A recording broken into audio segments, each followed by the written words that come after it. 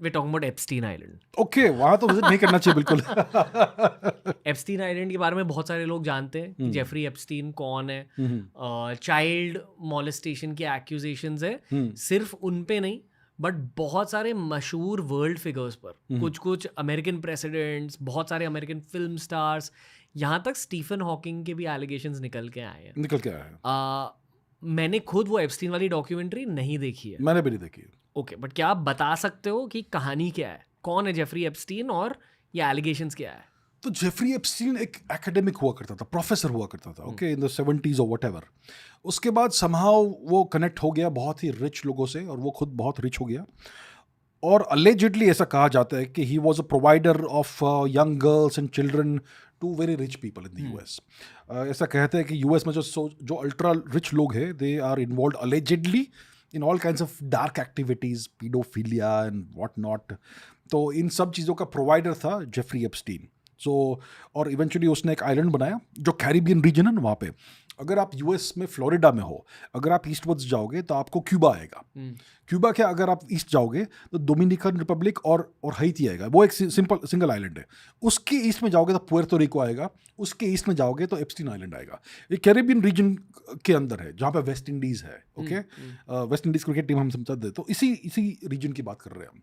तो वहाँ पे एक छोटा आइलैंड है, प्राइवेट आइलैंड, जो जेफरी एप्स्टीन ने पूरी तरह से खरीद लिया था।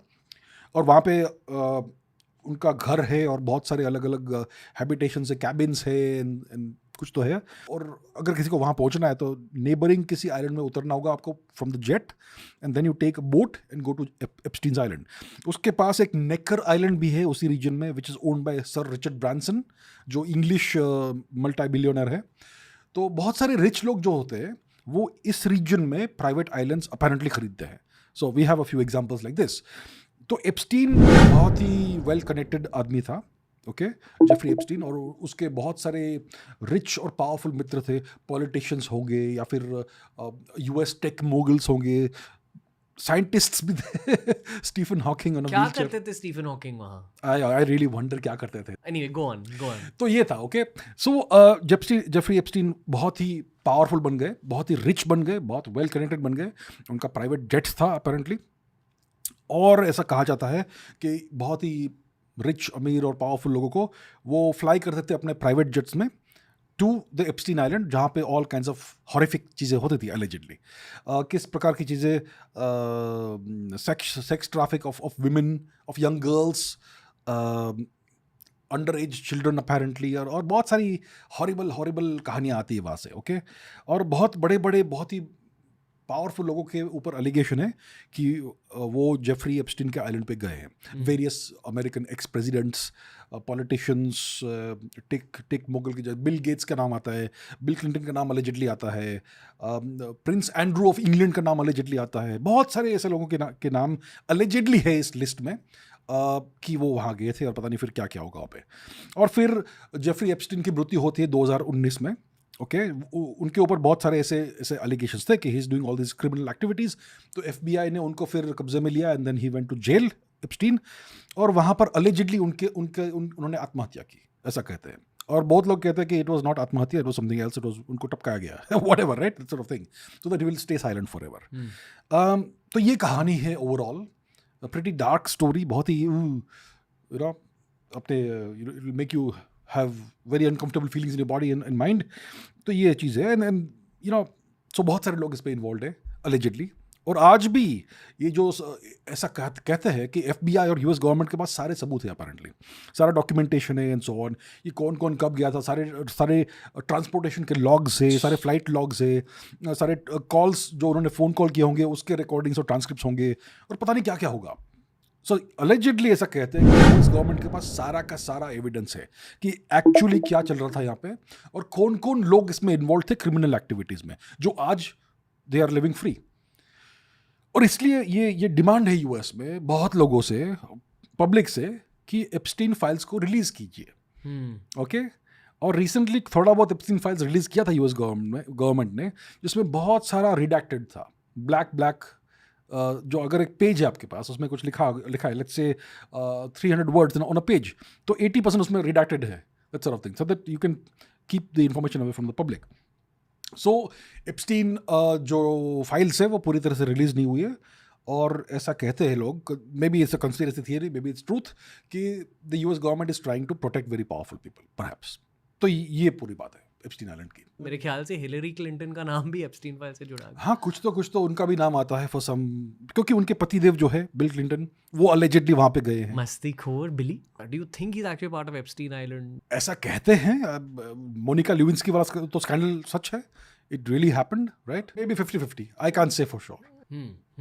मैं बहुत क्रिटिकली एनालाइज करना चाहूँगा इस पूरे सिचुएशन को। पहले तो ये कहना चाहूँगा कि अब 2026 में आई थिंक हर किसी को पता है कि पीआर नाम की एक चीज़ होती है, हाँ, और पीआर के थ्रू किसी और पर कीचड़ छिड़कना आसान हो चुका है। हाँ, बिल्कुल। The stuff we are seeing with Varun Dhawan, basically लोग उनकी रेपुटेशन डैमेज करना चाह रहे हैं, अच्छा, और ये एक भारतीय सोशल मीडिया का पर्सपेक्टिव है। अच्छा, I believe even I went through a version of this a year ago. I know, yeah, There was some truth, there was a show, there was a comment, and then on top of that there was layers and layers of negative people.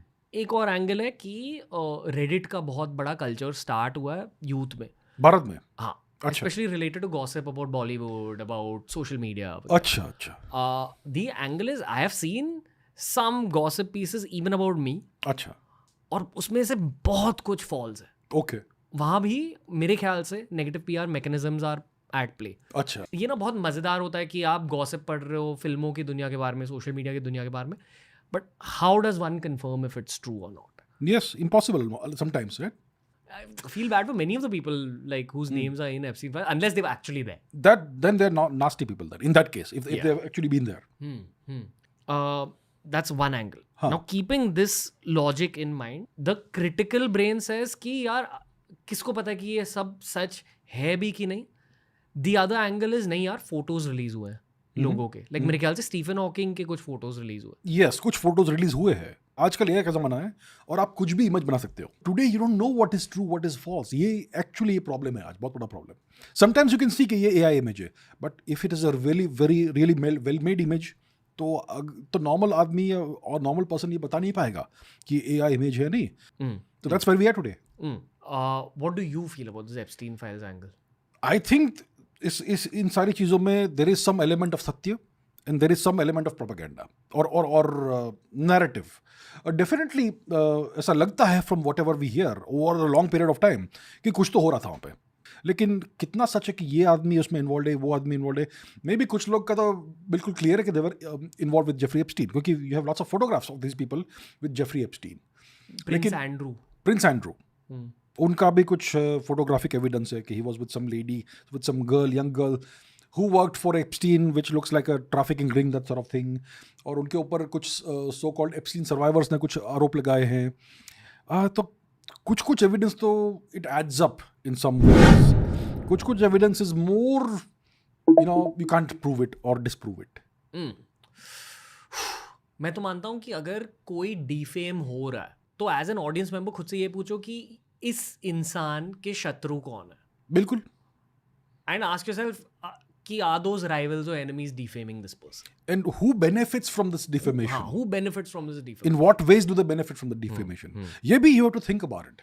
देखिए जो defamation होता है लोगों का, it always involves a very emotional angle. कि आप देखोगे तो आप emotionally you will be affected, कि गुस्सा आएगा आपको कि इसने ऐसा किया, इसने वैसा किया। But you have to remember कि आपको ये ठंडे दिमाग से सोचना है कि जो एलिगेशंस या क्लेम्स हो रहे हैं उसका हार्ड इनकंट्रोवर्टिबल एविडेंस क्या है।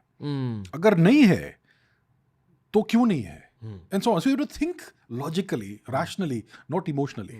Right? This is the benefit of studying history a lot. बिल्कुल। That you learn to critically analyze the past. Because history में कितना propaganda हुआ है, वही है ना। But then we find out it was propaganda. अगर भारतीय हिस्ट्री को देखते हैं तो ब्रिटिश लोगों ने कितने गलत नैरेटिव्स इन्वेंट किए भारत के बारे में। सती कि हर जगह हम अपनी विमेन फोक को जलाते थे, right, we force them to burn and all that. It's like जैसे एल्गोरिदम्स आजकल कहते हैं कि भारत में हर जगह सिर्फ गंद है. हाँ, सब सिर्फ गंद. It's the equivalent of that, but from a historical perspective. Yeah, so narrative तो हमेशा रहा है, okay? To whitewash your misdeeds. जो भी जीतता है, they put forth narratives to whitewash what they've done.